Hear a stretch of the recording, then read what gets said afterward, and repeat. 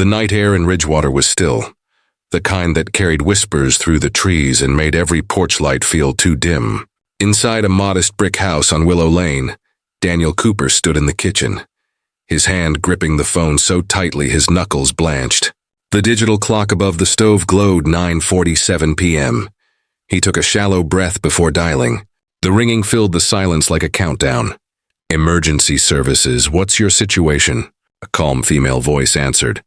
"My wife," Daniel said quickly. "My wife's gone missing. She went out for her run an hour ago. She hasn't come back." His tone was firm but measured, every word rehearsed. The operator asked for details. What she was wearing, how long she'd been gone, whether this had happened before.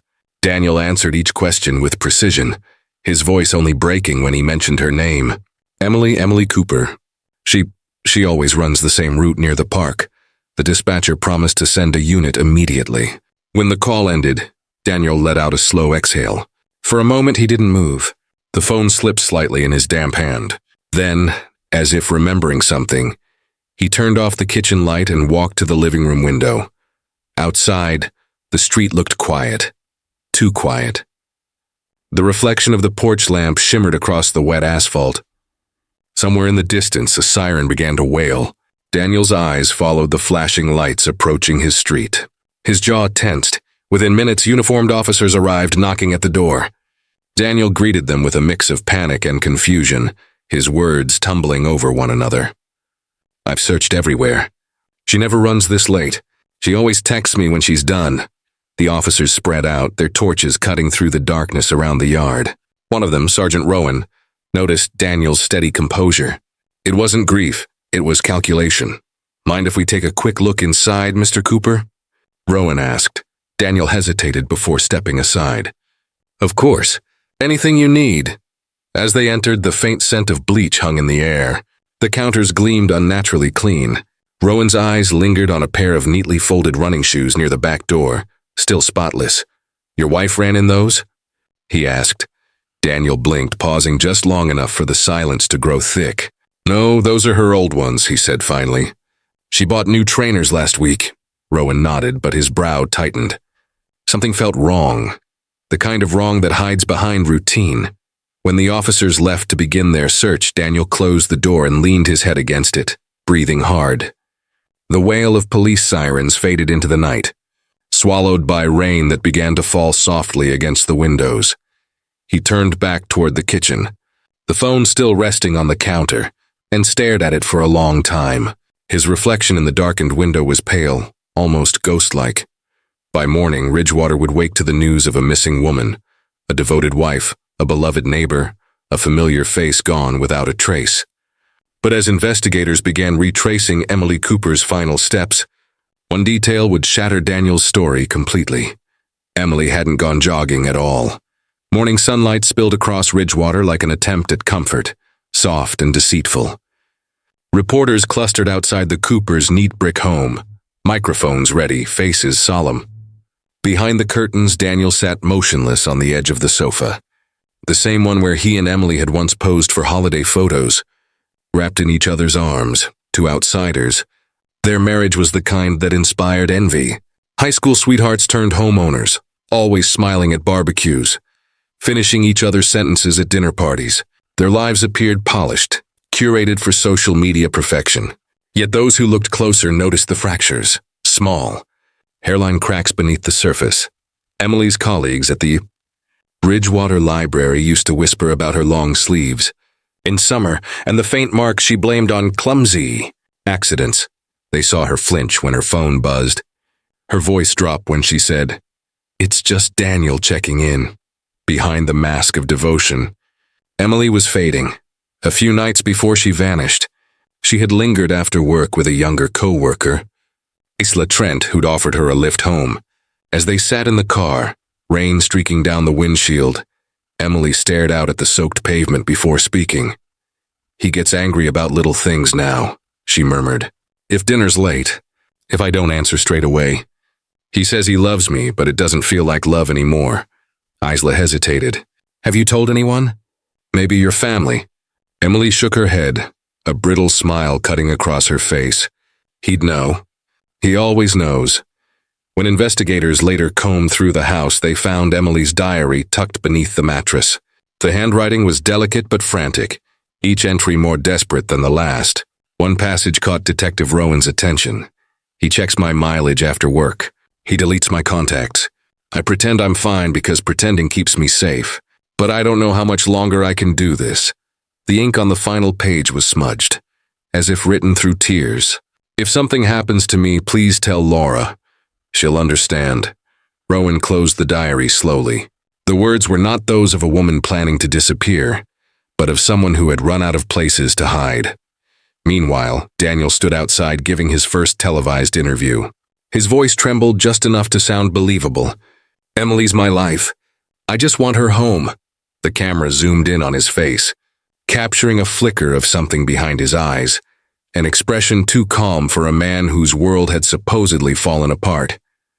As the interview ended, a journalist murmured to another, "He doesn't look like a man who's lost his wife. He looks like a man rehearsing." That evening, Detective Rowan called in his team. The diary changed everything. The missing woman was no longer just a jogger who vanished in the dark. She was someone living in fear. Someone preparing for an ending she might have seen coming. And just a week before she disappeared, Emily told someone she was finally done keeping secrets. The rain returned to Ridgewater on the third day of Emily's disappearance, washing the streets clean, yet leaving the air thick with unease. Inside the local station, Detective Rowan reviewed a list of names, friends, colleagues, relatives. One name was circled twice, Laura Miller. She arrived that afternoon, clutching a worn handbag, her expression drawn and pale. A childhood friend of Emily's, Laura had been in every photo, weddings, birthdays, even the Cooper anniversary dinners. But when she sat across from Rowan, her hands trembled. "You were close to her," Rowan began gently. "When was the last time you spoke?" Laura hesitated, glancing toward the observation mirror as if someone might be listening. 3 days before she went missing," she said. "We met for coffee near the train station." Her voice cracked slightly as she continued. She looked terrified. Said Daniel had been acting strange, checking her phone, her emails, everything. She said he'd installed something to track her. She didn't even trust her own car anymore. Rowan leaned forward. "Did she say why?" "She thought he knew something," Laura whispered. "She mentioned a message he found. I didn't ask from who. I just told her to get out before it got worse." "What did she say?" Laura's eyes filled with tears. She said, "If anything happens to me, it won't be an accident." For a moment, the room was silent except for the rain against the window. Rowan scribbled notes, his mind racing. He'd seen fear before, but this was different. This was premonition. After the interview, Laura sat in her car outside the station, gripping the steering wheel until her knuckles turned white. From her bag, she pulled out her phone and opened a hidden folder of messages from Emily. Screenshots of texts that no longer existed on Emily's device. "Daniel, you lied to me again. I know where you went. Don't make me come find you." A crack splintered across her phone screen, distorting the words, but not enough to hide their meaning. Laura locked the screen and stared out at the rain, her reflection ghost-like in the glass. She had promised Emily she'd keep everything safe, the messages, the photos, the truth. But as the days passed and suspicion turned toward her, that promise began to feel like a curse. The next morning, 2 detectives returned to Laura's house, asking to look through Emily's old belongings. She agreed, though her stomach churned with dread. In the quiet of her living room, one of them opened a small keepsake box on the shelf. Inside lay a folded piece of paper, edges worn from handling. The handwriting was unmistakable, delicate and slanted, signed Emily. Detective Rowan unfolded it carefully, his eyes narrowing as he read the first line. It wasn't a letter. It was a warning. "If I go missing, look closer at him." The rain had stopped, leaving the town heavy with the smell of damp earth and unease. Inside the Ridgewater police station, the note lay under a clear evidence sleeve, its creases catching the light from the overhead lamp. The message was short, written in hurried ink. "If I go missing, look closer at him." Laura sat across from Detective Rowan, her eyes rimmed red, fingers twisting the edge of a tissue. "It's hers," she whispered. "I'd recognize that handwriting anywhere. She used to write the same way on my birthday cards when we were girls." Rowan gave a slow nod, his expression unreadable. Laura, this changes everything. We're no longer looking for a missing woman. We may be investigating a murder. In another room, Daniel Cooper waited. The walls felt closer this time, the chair less comfortable than during his first interview. He tried to project calm, but his reflection in the one-way glass betrayed the tension tightening his jaw. When Rowan entered, the air seemed to shift. Daniel, he began, placing a recorder on the table. We've found something that raises new concerns. A note written by your wife. Daniel's eyes darted up. A note? What kind of note? She said, if I go missing, look closer at him. Do you know what she meant? Daniel forced a laugh that sounded hollow. She was dramatic, always worried about nothing. I suppose she wanted attention. Rowan leaned forward. You told us she went jogging in the evening. But CCTV from your street shows no one leaving your house after 8. How do you explain that? For the first time, Daniel faltered. His lips parted, then closed again. Maybe the cameras missed her, he muttered. It was dark. The detective's gaze didn't move. The silence stretched long enough for the ticking clock on the wall to sound like thunder. Rowan stood, leaving Daniel alone under the glare of the light. Behind the glass, another officer whispered, He's cracking. When the interview ended, Daniel walked out of the station without speaking, his expression fixed but his hands trembling. The press outside shouted questions he ignored, his face caught by a dozen flashing cameras.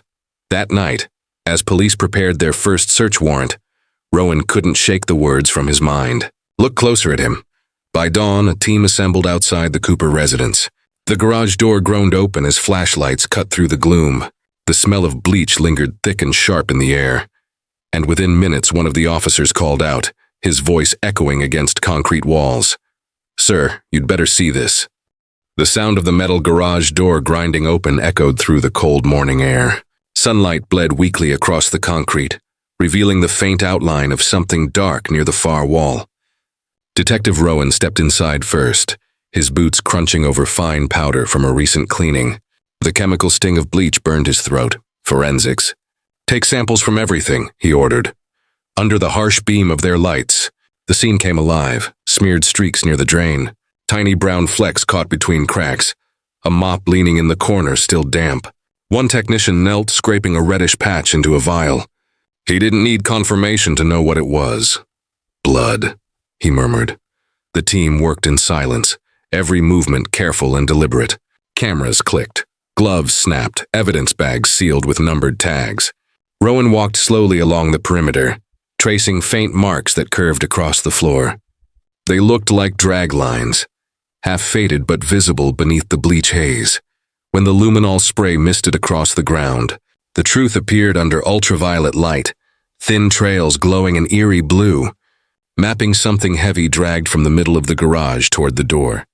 Daniel Cooper stood outside the police cordon, watching from the driveway.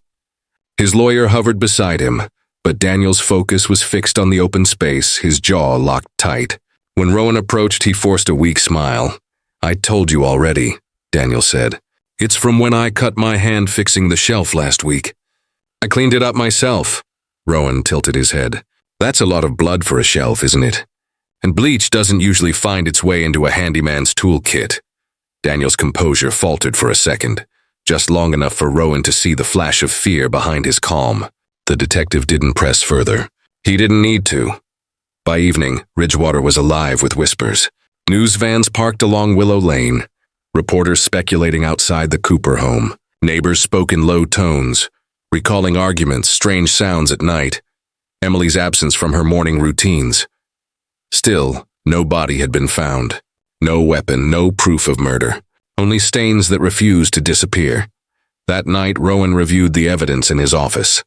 Photographs of the garage covered the table, the luminous streaks, the partial handprint, the faint outline near the drain. Everything pointed toward violence, yet nothing confirmed it. He stared at the timeline again. Emily missing for 5 days. No bank activity, no phone signal, no sightings, until a message pinged on his monitor from a constable on night shift. Subject, new footage location, Hillcroft Service Station. Timestamp? 2 days after Emily was reported missing, Rowan opened the file. The grainy security footage played on loop, A woman in a hooded jumper, hair tucked beneath the fabric, head down as she filled a water bottle at the vending area. She looked like Emily Cooper. He leaned forward, heart pounding. If it was her, everything changed. The footage played in silence, flickering across the monitor in the dimly lit operations room. A single woman appeared on the grainy black and white feed, her hood drawn tightly around her face. The timestamp in the corner read 22:16, 2 days after Emily Cooper was reported missing. She moved quickly, glancing over her shoulder before filling a bottle at the vending machine beside the petrol pumps. Her face never lifted toward the camera, but the build, the hair, even the nervous posture, it all screamed Emily. Detective Rowan leaned closer, his eyes narrowing. Run a facial analysis. Compare it with her last photo. The technician worked silently. The room filled with the quiet hum of the machine. Then the screen split in two.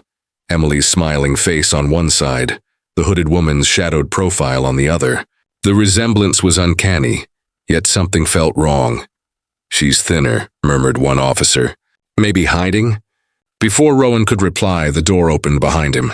Laura Miller entered, pale and trembling. She had begged to see the footage herself, convinced her friend might still be alive. Rowan hesitated but finally nodded toward the monitor. Laura watched for less than 10 seconds before shaking her head. "That's not her," Rowan frowned. "You're certain?" "It's the way she walks," Laura whispered. Emily's left foot turned in a little when she was tired. "This woman doesn't, and her hands, Emily wore a ring Daniel gave her. She never took it off." The detective replayed the footage, slowing it frame by frame. The woman's hands were visible for only a second, bare and tense. No ring, no identifying marks. Then came the final frame. The woman stepping into a dark hatchback parked by the fuel pumps. The license plate was barely legible, the digits smudged by the camera's grain. But one of the technicians froze the image, enhanced the contrast, and murmured, "Got it." Rowan scribbled the registration number on a notepad. "Trace the vehicle. I want the owner within the hour, outside." The night pressed heavy against the windows. The hum of fluorescent lights, a constant reminder that truth was close, yet slipping away. Within half an hour, the report came back. The car didn't belong to any stranger. It was registered to Nathan Hale, a name that sent a chill through the room. A man tied to Emily's past, long before Daniel Cooper ever entered her life.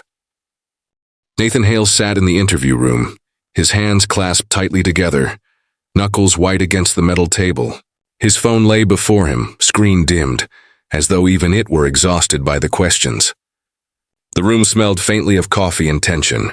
Detective Rowan leaned back in his chair, studying the man's nervous posture. "You're aware your vehicle was seen leaving Hillcroft Service Station the night that footage was recorded?" Rowan asked. Nathan nodded quickly. "Yes, I saw it on the news. I thought maybe I could help." "Help how?" He hesitated before answering. "Emily contacted me 3 weeks before she went missing. Said she needed somewhere to stay for a few days, that she wanted to disappear quietly. I told her she could come to mine if she needed to." Rowan's pen paused mid-note. "Disappear from what?" Nathan looked up, guilt clouding his eyes. "Her husband. She said she couldn't breathe in that house anymore. I didn't ask questions, but she sounded terrified.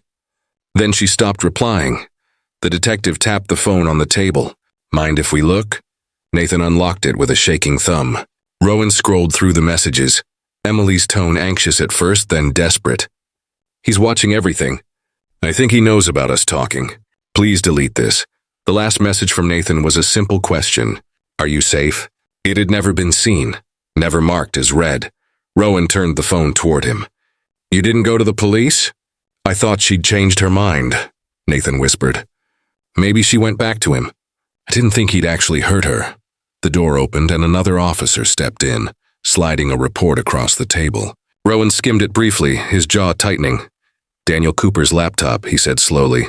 "Our forensics team found deleted files, screenshots of Emily's messages with you. He recovered them before she went missing." Nathan's breath caught. He knew. "Every word," Rowan replied. "And the night Emily vanished, his internet history shows a search for how long blood takes to dry on concrete." The weight of the revelation hung heavy between them. Rowan closed the folder and stood. "Thank you, Mr. Hale. You may want to stay in town for a few days. We'll likely need you again." As Nathan left the station, the rain had started once more, soft but relentless. He paused under the awning, his phone lighting up with the reflection of his own pale face. The thought that Emily might have reached out to him for the last time gnawed at his chest. Back inside, Rowan turned toward the evidence board. Red strings connected photos of Emily, Daniel, Laura, and now Nathan. Yet one corner still remained empty, a question that refused to stay buried. An officer entered holding a USB drive sealed in an evidence bag. "We recovered something from the Cooper's home security system, sir. You'll want to see this." Rowan slotted the drive into his computer. The footage began in the dim glow of a living room camera, dated the night Emily disappeared. Voices echoed faintly, hers and Daniel's, rising from tense murmurs into shouts. The confrontation had been recorded. The footage began with the low hum of a television and the faint sound of rain against the windows. Emily's voice came first, soft, pleading. "You don't have to do this, Daniel. I just want to leave." Daniel stood in the center of the living room, his shirt sleeves rolled, face tight with restrained fury. "You think you can just walk away? After everything I've given you?" Her breath hitched. "You don't own me." The camera's angle caught the moment he lunged forward. The frame shook as Emily stumbled back, the argument turning into chaos. Crash of glass followed, then a single piercing scream. Silence swallowed the room after that. Detective Rowan pressed pause. The frozen image of Daniel standing over Emily filled the screen, his expression unreadable. The officers in the room exchanged grim looks. No one spoke. The case that had haunted Ridgewater for weeks was no longer a mystery. 2 days later, Daniel Cooper was arrested outside his solicitor's office. His calm composure had returned, but the footage stripped away the illusion of innocence he'd so carefully maintained. The town that once admired him now stared with quiet disgust as he was led away in handcuffs. It was Laura Miller's testimony that sealed his fate. In court, she sat trembling under the weight of her own choices. The prosecutor asked how she'd come into possession of the recording. Laura swallowed hard. "Emily gave me access to her cloud drive. She told me she was scared he'd destroy evidence if anything happened. I didn't want to believe her, but when she disappeared, I couldn't stay quiet." Her voice broke, and for a moment the courtroom was silent except for the faint hum of the air conditioning. Daniel stared at her from the defendant's table, eyes cold, jaw tight, the mask finally stripped away. The judge's words came like a final toll of a bell. Life imprisonment. Yet for Laura, there was no sense of victory, only the dull ache of grief. Weeks later, mist hung low over Ridgewater Bridge as detectives recovered Emily's body from the shallow banks below. The place she'd once gone to think had become the site of her final silence. Laura stood at the edge of the cordoned area, her coat pulled tight against the chill. She whispered something into the wind, perhaps a goodbye, perhaps an apology. In the end, it wasn't the police who uncovered the truth. It was a friend who refused to stay silent. And though justice was served, Ridgewater would never forget the sound of Emily's scream, or the woman brave enough to expose it.